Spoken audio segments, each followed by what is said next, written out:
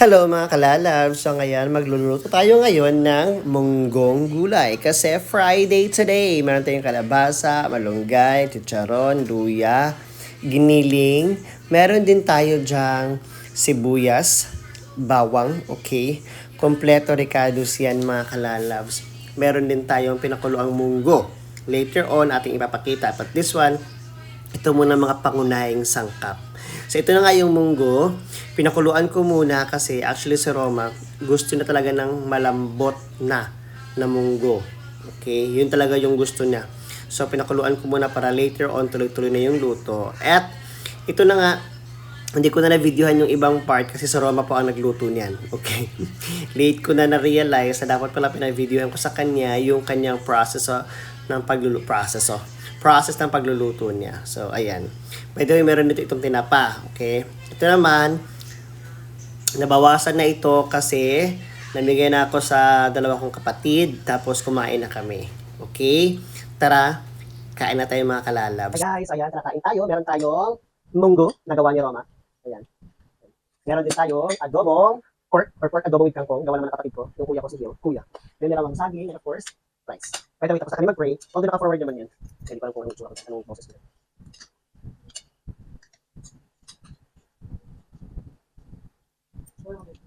Hindi naman document. Ilagay mo lang parang ano ng Hindi pa.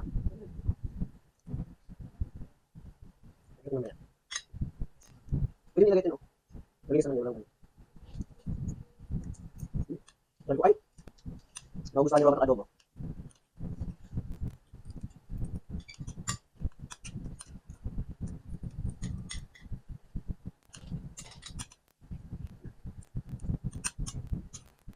ito parang parang.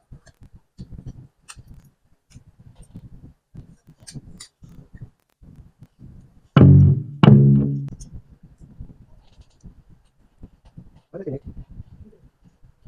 Hindi. Pwede na daw yan? Ano yan? Balat? Yan. Sabi mo lang yung balat. Hindi. Sabi mo lahat na tayo.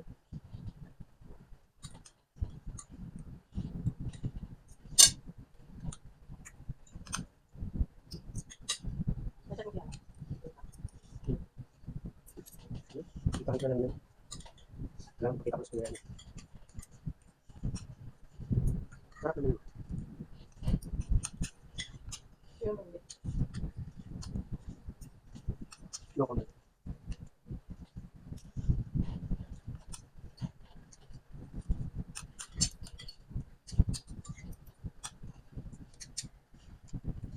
Hindi ko napituhan.